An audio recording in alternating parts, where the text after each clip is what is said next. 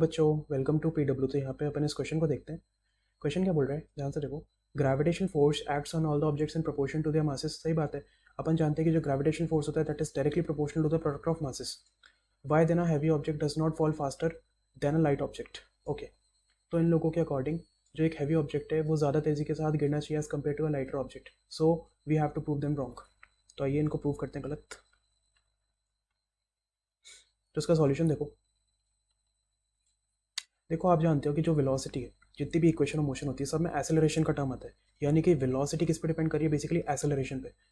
तो अपन को ये चेक करना है क्या एक्सेलरेशन सारे ऑब्जेक्ट के लिए, whether it is a light object, whether it is a heavy object, सबके लिए अलग अलग होता है या सेम होता है, उसको चेक करते हैं। देखो यहाँ पे मैं आंसर लिखता हूँ उसका। Velocity of a falling object depends upon acceleration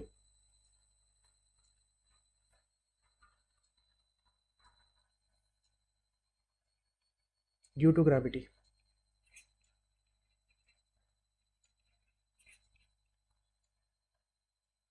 acceleration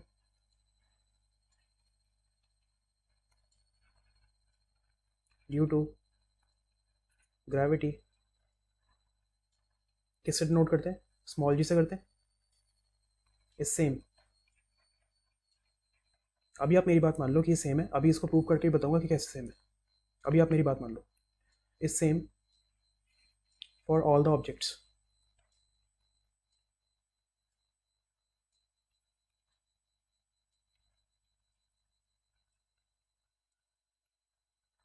whether it is light और हैवी। ठीक है, अब एज आई प्रॉमिस्ड मैं आपको यहाँ पे प्रूव करके ही बताता हूँ।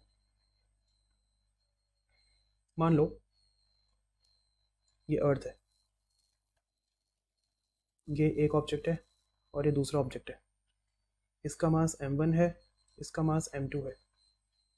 ठीक है, और यहाँ पे m2 is greater than m1 मैं बोल रहा हूँ। ठीक है, और अर्थ का जो मास है उसको मैं कैपिटल M बोल देता हूँ। ऑलराइट, तो यहाँ पे दोनों के लिए फोर्स की इक्वेशन लिखते हैं एक बार। देखो F1 में बोल देता हूँ, जो कि अर्थ लगा रही है फोर्स m1 मास के ऊपर, क्या होगा g times m1 upon r square. ठीक है, मान लेते हैं कि ये जितने भी ऑब्जेक्ट हैं सबका डिस्टेंस अर्थ से सेम ही है। लेट से मैं इसको, चलो यहाँ पे मैंने r लिख दिया ना, तो इसको r ही लिख देते हैं। ये r है, ये भी r है, अपॉन r स्क्वायर। ठीक है, F2 की वैल्यू निकालो, g m2 upon r square. तो फोर्स की वैल्यू तो अलग अलग आएगी, क्यों? क्योंकि m1 और m2 की वैल्यू अलग अलग है, बाकी पूरा टर्म तो कांस्टेंट है। अब यहाँ पे ना फोर्स की इक्वेशन लिखते हैं, यहाँ पे एक्सेलरेशन का एक्सप्रेशन लिखते हैं एक बार। देखो फोर्स क्या होता है, मास इंटू एक्सेलरेशन। तो यहाँ पे m1 इंटू ए, जो भी एक्सेलरेशन होगा, is equals to g times capital M m1 upon r square. यहाँ से देखो, यहाँ से क्या हुआ, m1 और m1 हो गया कैंसिल। ठीक है, तो यहाँ से एक्सेलरेशन का क्या वैल्यू आ रहा है, G M upon R square. दूसरे केस में देखते हैं, क्या पता दूसरे केस में कुछ अलग आ जाए। दूसरे केस में देखो, m2a is equals to G M m2 upon R square. यहाँ पे देखो m2 और m2 कैंसिल हो गया, तो यहाँ से भी एक्सेलरेशन की जो वैल्यू है ना वो कितनी आ रही है, G M upon R square. मुझे बता दो क्या इसमें और इसमें कुछ फ़र्क है? कोई फ़र्क नहीं है।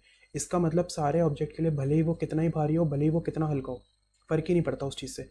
जी की वैल्यू सभी के लिए सेम होगी, और क्योंकि जी की वैल्यू सेम होगी इसलिए सबकी वेलोसिटी सेम होगी at any point of time if they are freely falling under the action of gravity. Alright, so I hope मैंने अच्छे से समझाने की कोशिश करी है क्वेश्चन को। Thank you guys.